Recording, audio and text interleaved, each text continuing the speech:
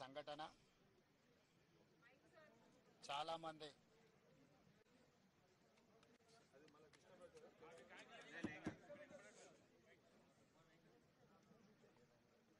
పాశమైలారంలో నిన్న కెమికల్ ఫ్యాక్టరీలో జరిగిన ప్రమాదకరమైన సంఘటన నేపథ్యంలో నిన్న ఉదయం నుంచి మంత్రులు దామోదర్ రాజనరసింహ గారు, వివేక్ వెంకటస్వామి గారు,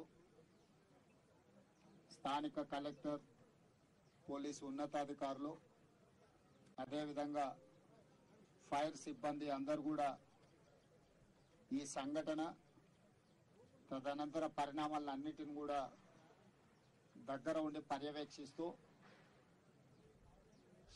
చనిపోయిన వాళ్ళ శవాలను తొలగించడం కానీ, గాయాలపైన వాళ్ళను హాస్పిటళ్లకు తరలించడం, అక్కడ యాజమాన్యంతో కూడా చర్చిస్తూ నష్ట నివారణ చర్యలకు పూర్తి స్థాయిలో ప్రభుత్వం చర్యలకు ఉపక్రమించింది.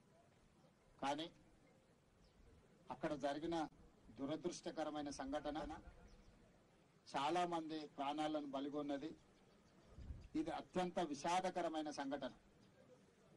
ఇప్పటి వరకు ఉమ్మడి రాష్ట్రంలో కానీ తెలంగాణ రాష్ట్రంలో కానీ ఇన్ని ప్రాణాలను బలిగొన్న దుర్ఘటన జరగలేదు. అందుకే ఈరోజు నిన్నటి నుంచి మా మంత్రులు నిరంతరం పర్యవేక్షిస్తూ సంస్థ యొక్క యజమానులతో, ప్రభుత్వ అధికారులతో, అదేవిధంగా fire department, Hydraa, disaster management, police సిబ్బంది, రెవెన్యూ సిబ్బంది అన్ని శాఖలను సమన్వయం చేసుకుంటూ అక్కడ చర్యలకు ఉపక్రమించడం జరిగింది.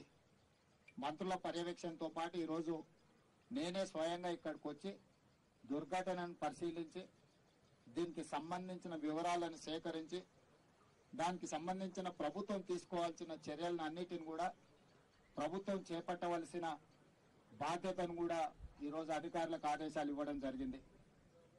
ఈ దురదృష్టకరమైన సంఘటనలో ప్రాణాలు కోల్పోయిన వాళ్ళు బీహార్, ఒడిశా, మధ్యప్రదేశ్, ఆంధ్రప్రదేశ్, తెలంగాణ రాష్ట్రాలకు సంబంధించిన వాళ్ళు ఉన్నారని ప్రాథమిక సమాచారం అందింది. ఇప్పటి వరకు అధికారులు అందిస్తున్న సమాచారం మేరకు దాదాపుగా 36 ప్రాణాలు పోయినాయి. ఇంకా కొంతమంది అచూకీ లేదు. చాలా వరకు వివరాలను సేకరించే ప్రయత్నంలో అధికారులు ప్రయత్నం చేస్తున్నారు. దుర్ఘటన జరిగినప్పుడు పరిశ్రమలో 143 మంది ఉండడం జరిగింది. అందులో దాదాపుగా 58 మంది ఇప్పటికీ అధికారుల దృష్టికి, అధికారులకు టచ్ లోకి వచ్చింది. మిగతా వాళ్ళు కొంతమంది ఇంకా శిథిలాల కింద ఉన్నారా, లేకపోతే భయంతోనే ఎక్కడికైనా పోయి ఇంతవరకు ప్రభుత్వ అధికారులకు టచ్ లోకి రాలేదా, ఈరోజు పర్యవేక్షిస్తున్నారు. ఏది ఏమైనా ఈ దురదృష్టకరమైన సంఘటనని ప్రభుత్వము చాలా తీవ్రంగా పరిగణిస్తుంది. దీనికి సంబంధించి చనిపోయిన కుటుంబాలకు ₹1 కోటి నష్టపరిహారం ఇప్పించాలి. పరిశ్రమ వాళ్ళతో మాట్లాడి ప్రభుత్వం వైపు నుంచి, పరిశ్రమ వైపు నుంచి చనిపోయిన కుటుంబాలకు ₹1 కోటి నష్టపరిహారం ఇవ్వాలి అని చెప్పి నేను ఆదేశాలు ఇవ్వడం జరిగింది. ఆదేశాల ప్రకారం మా మంత్రులు పరిశ్రమ యజమానులతో మాట్లాడి ప్రభుత్వం వైపు నుంచి సహకారం తీసుకొని వాళ్ళకి నష్టపరిహారం అందించడం జరుగుతుంది.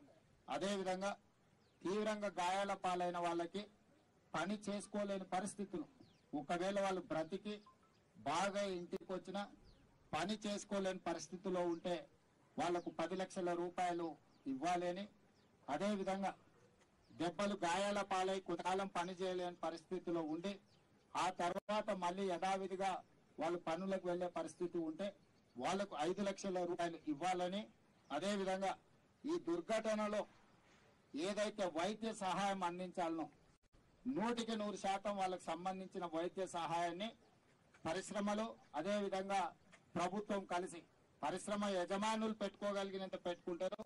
వాళ్ళకి ఎలాంటి ఇబ్బంది లేకుండా ప్రభుత్వం కూడా వైద్య సహాయాన్ని 100% అందించాలని మా మంత్రులకు నేను ఆదేశాలు ఇవ్వడం జరిగింది. వాటిని పర్యవేక్షించడానికి కూడా అధికారులను చీఫ్ సెక్రటరీని, డిజాస్టర్ మేనేజ్మెంట్ స్పెషల్ చీఫ్ సెక్రటరీని, లేబర్ అండ్ ఎంప్లాయ్మెంట్ ప్రిన్సిపల్ సెక్రటరీని, ఫైర్ డిపార్ట్మెంట్ అడిషనల్ డీజీని ఒక కమిటీగా వేసినాం. వీళ్ళందరూ కూడా జరిగిన సంఘటన మీద విచారణ చేసి నివేదిక అందించడం జరుగుతుంది. దీనికి బాధ్యులైన అందరి మీద కూడా ప్రభుత్వం చర్యలు తీసుకుంటుంది. ఇందులో ఎవరిదైనా నిర్లక్ష్యం ఉన్నదా, లేకపోతే దురదృష్టకర సంఘటన ఏ విధంగా జరిగింది, బాధ్యులు ఎవరినో కూడా విచారణలో గుర్తించి వాళ్ళందరి మీద కూడా చర్యలు తీసుకోవడం జరుగుతుంది. ఇదే కాకుండా ఇలాంటి దుర్ఘటనలు భవిష్యత్తులో జరగకుండా ఉండాలి అని అంటే ప్రభుత్వం కూడా ఇంకా భవిష్యత్తులో పరిశ్రమలకు సూచనలు చేయాల్సిన అవసరం ఉన్నది. నిన్నగాక మన గుల్జార్ హౌస్ లో కూడా ఒక ఫైర్ యాక్సిడెంట్ అయింది. అక్కడక్కడ ఫైర్ యాక్సిడెంట్స్ అనుకోని సంఘటనలో చాలా మంది ప్రాణాలు తీసుకుంటున్నారు. కాబట్టి దీనికి సంబంధించి కూడా ప్రభుత్వం ఒక స్పష్టమైన విధానంతో పరిశ్రమలకు కూడా సరైన సూచనలు ఇచ్చే విధంగా, ఆ సూచనలు పరిశ్రమలు అమలు చేసే విధంగా కూడా ఒక వ్యవస్థను ఏర్పాటు చేయాలని ఈరోజు ప్రభుత్వం అనుకుంటుంది. వీటన్నిటికీ సంబంధించి కూడా భవిష్యత్ కార్యాచరణ ఉంటుంది. ఇక్కడ ఉన్న పరిశ్రమలకు సంబంధించిన యజమానులు కూడా మీ పరిశ్రమలలో ఇలాంటి సంఘటనలు జరగకుండా ఉండడానికి అవసరమైన చర్యలను కూడా మీరు చేపట్టవలసిందిగా అధికారులకు కూడా నేను ఆదేశాలు ఇచ్చిన. పీరియాడికల్ ఇన్స్పెక్షన్స్ చేసి అక్కడ ఏమైనా ఇట్లాంటి సంఘటనలకు అవకాశం ఉంటే ఎంబడే వాళ్లను యజమానులకు కూడా వాటి వివరాలు అందించి వాటిని సరిదిద్దే విధంగా చర్యలు తీసుకోవాలని కూడా నేను ఇంతకుముందు సమీక్షలో అధికారులకు చెప్పడం జరిగింది.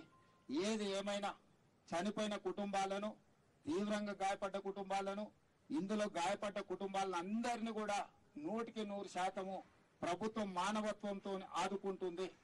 అన్ని రకాలుగా వాళ్ళకు అండగా నిలబడుతుంది.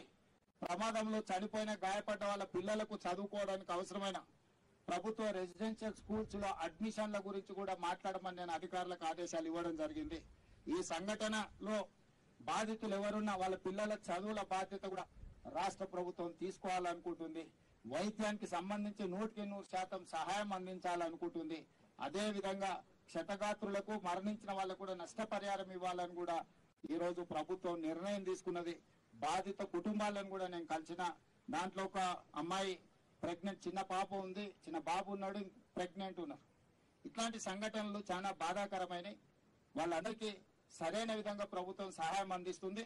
చనిపోయిన వాళ్ళ శవాలను కూడా వాళ్ళ సొంత గ్రామాలకు తరలించడానికి అవసరమైన అన్ని రకాల ఏర్పాట్లను కూడా పర్యవేక్షించండి అని డీజీపీ గారికి, అదేవిధంగా రెవెన్యూ అధికారులు అందరూ కూడా ఆదేశాలు ఇచ్చిన. వీళ్ళందరినీ ఆదుకునే బాధ్యత ప్రభుత్వం తీసుకుంటుంది.